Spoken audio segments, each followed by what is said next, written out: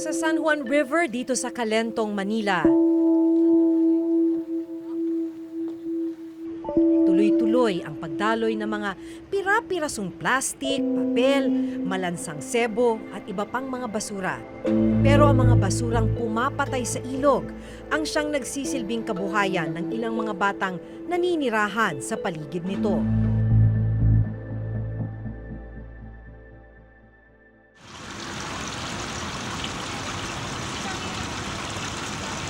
Isa sa kanila ang 14 na taong gulang na si Wendell. Bata pa lang daw siya nang matutong mamulot ng mga basura sa ilog.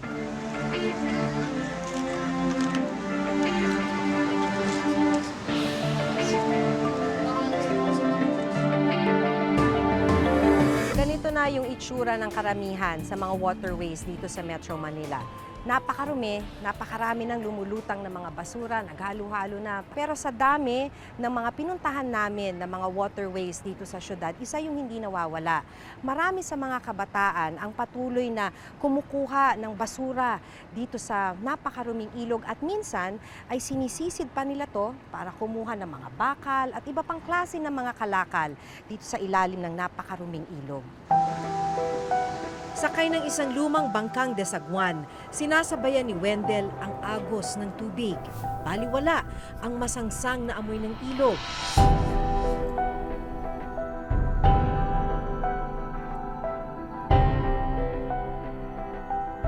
Pag naaamoy mo na, tapos nakikita mo na yung basura, ano iniisip mo?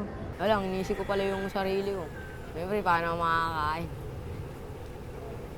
Kung iisipin ko mo kahit mabaho pa yan. Madalas kasama ni Wendell sa pangangalakal ang kuya niyang si Warren. May mga pagkakataong kailangan nilang tumalon mula sa bangka at sumisid sa ilog para mas makarami ng kalakal. Kasabay ng iba pang mga batang naghahanap buhay, walang takot na nilalangoy ni Wendell ang maitim at malalim na tubig.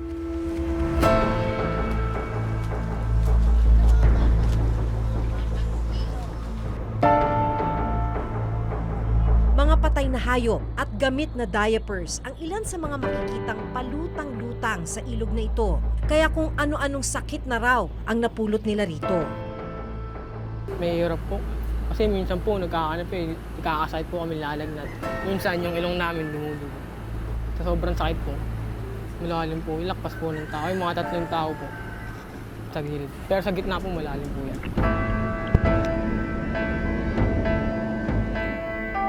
Pagkatapos ng isang araw ng pagsasagwan, paglangoy at pangangalakal, halos kalahating sako lang ang napuno ng magkakaibigan. Hindi pa ito sapat para makabili ng pagkain. Pwede nyo bang ibenta agad yan? Kasi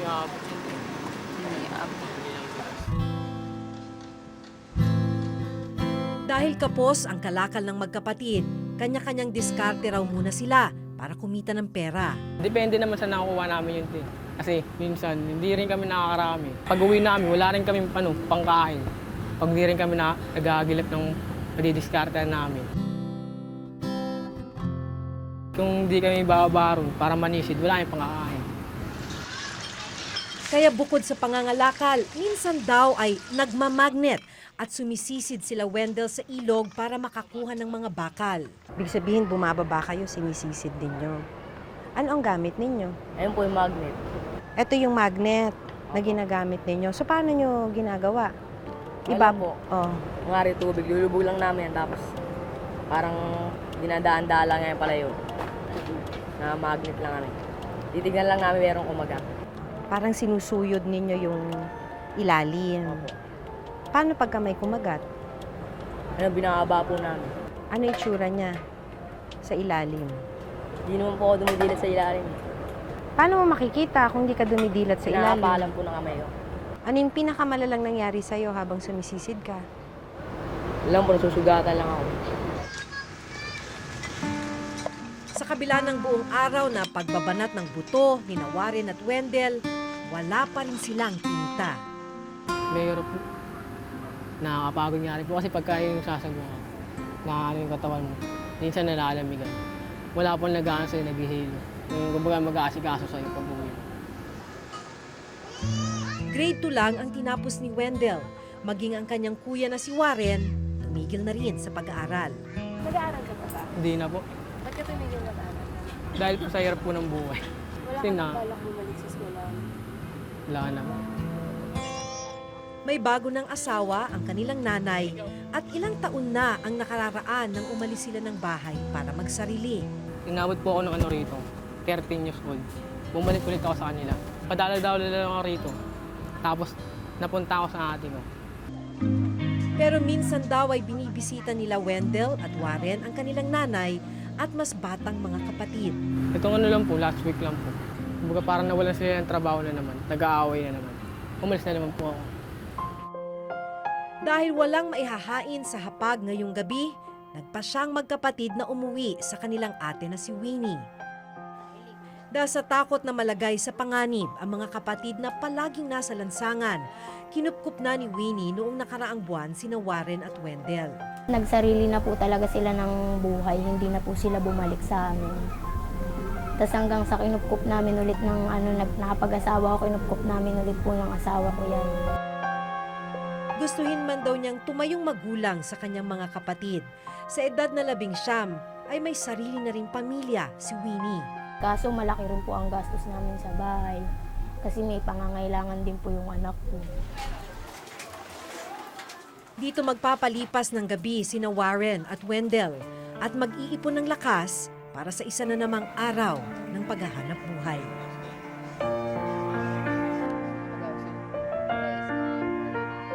Kinabukasan, naghanda na ang magkapatid para muling mangalakal sa ilog.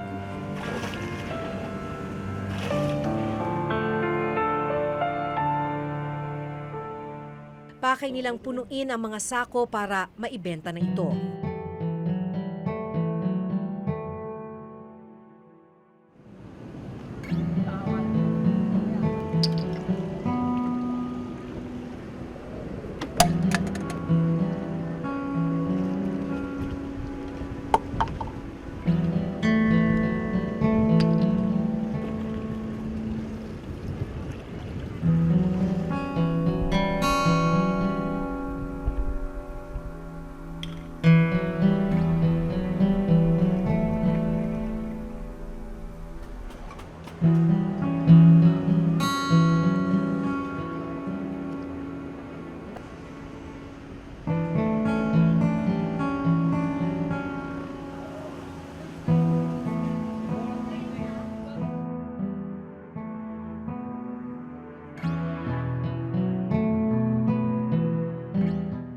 Ang kalakal na 2 araw na pinaghirapang ipunin ng magkapatid, dadalhin na sa junk shop para ibenta.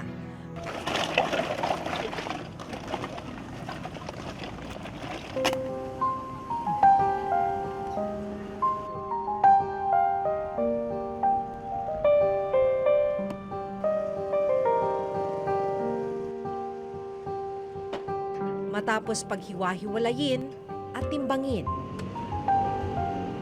Kanino mo i-intrigue yan? Doon po ay ate. Para Pambili pong bigas. ang 70 pesos na kinita nila, eksakto lang para sa ulam at 1 kilo ng bigas.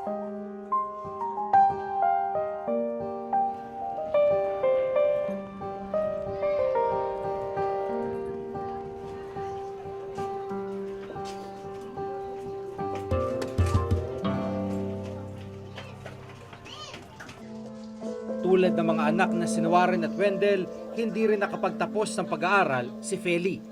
Aminado siyang wala rin siyang kakayahan para ibigay ang kanilang pangangailangan. Parang sinisisi ko sa sarili ko. Kasi po para pong walang kwenta kami magulang. Para sa kanila.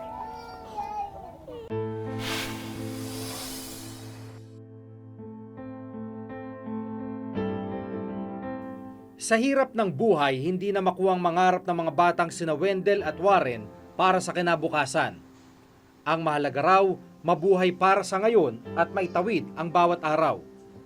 Iba't ibang diskarte at pamamaraan sa ilog at lansangan para malamnan ang kumakalam na tiyan. Bakit ka sumisisid? Bakit ka namamangka? Nagka-PR lang po ate. Pero nagtatampo ka ba sa mga magulang mo? Hindi po. Hindi ka nila naalagaan? May ganun ka bang tampo sa kanila? 13 taong gulang ang nanay ni Wendell na si Feli nang lumuwas ng Maynila. Galing po ako sa Agusan del Sur. Tapos pumunta po ako dito sa Manila, nagtrabaho ako. Tapos nakapag-asawa po ako. Yun po. Yan, nagkaroon pa ako ng anak. Nangupahan po kami sa squatter area. Wala na kaming pambayad. Wala na trabaho yung asawa ko. Napunta po kami sa kalsada. Tulad ng mga anak na si Warren at Wendell, hindi rin nakapagtapos ng pag-aaral si Feli. Ilang ulit na rin daw niyang pinilit na umuwi ang kanyang 2 anak. Lalo na nung nalaman niyang sumisisid at nangangalakal sila sa ilog. Natakot po ako kasi siyempre po, tubig, ang baho-baho po nun. Tapos sinisisid nila yung burak. Pumatalon nga raw po sila. Baka nga po pagtalon nila, mayroong may makatusok po sa kanila na matulis na bagay. Sa kabilang banda, hindi raw niya masisi ang mga anak sa desisyong kumayod sa murang edad. Dahil aminado siyang wala rin siyang kakayahan para ibigay ang kanilang pangangailangan. Kasi nakikita rin po nila na walang mga trabaho magulang nila. Kaya siguro gumagawa na rin sila ng kakabuhay po sa mga sarili nila. Natakot po ako. Saka parang sinisisi ko po sarili ko.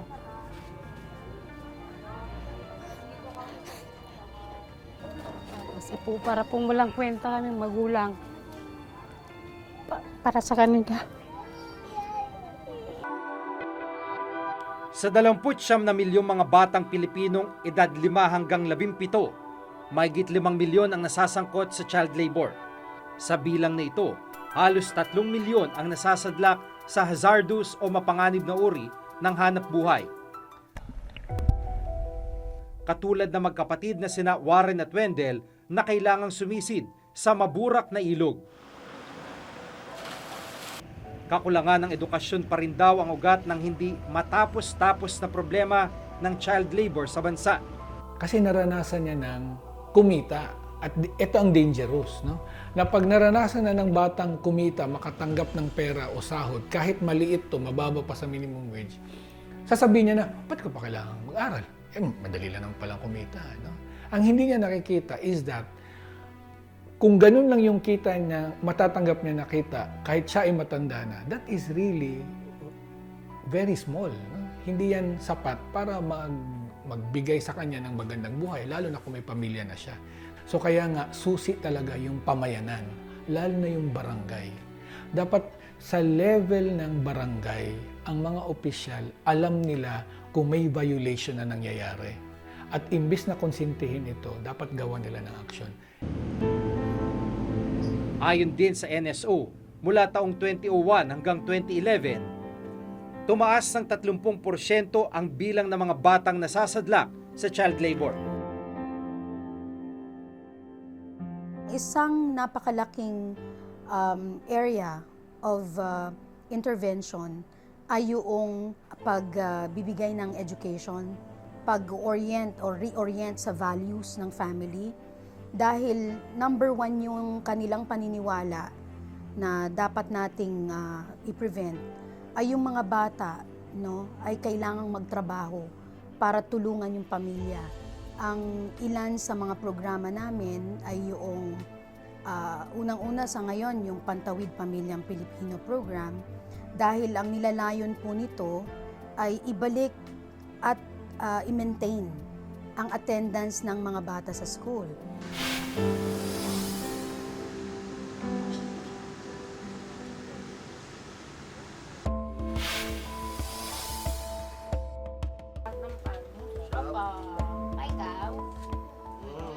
Dahil hindi nakapag-aral ang kanilang mga magulang at minana rin nila ito, ang mga batang biktima ng mapanganib na uri ng child labor tulad ni Wendell at Warren, tila nilamon na ng hindi matapos-tapos na siklo ng kahirapan. Isang paikot-ikot na realidad na nagsisimula sa mga magulang at ipinagpapatuloy ng kanilang mga anak. yun pa ring resistance ng magulang na tanggapin na ang bata ay pwede mong katuwang, no, sa trabaho o bigyan mo ng tasks, pero yung borderline kung saan abusive na yung trabaho, challenge yun na i-educate, no? So kailangan i-reach out pa natin yung maraming parents. Lalo na sa kasong ito, no? It's clearly because yung magulang, yung si tatay at nanay, ay walang maayos na hanap buhay, no? Very contractual, depende kung may trabaho o wala. Ang buhay ng pamilya ay characterized by poverty. Kung ganon, hirap na hirap sila, no, to meet basic needs. So kailangan tumulong ng mga anak. So ang sa ganong sitwasyon, ang tingin ng magulang at ng mga anak mismo sa sarili nila ay yung mga human resources, no, na tutulong para lumaki yung pagkabuoang kita ng pamilya. Ang masaklap, naisin man ng kanilang ina na mapag-aral sina Warren at Wendell. Tila nakagapos din ang kanyang mga kamay sa kawalan ng pantustos dito. Wala pong pagpaaral sa kanila. Hirap na hirap po talaga.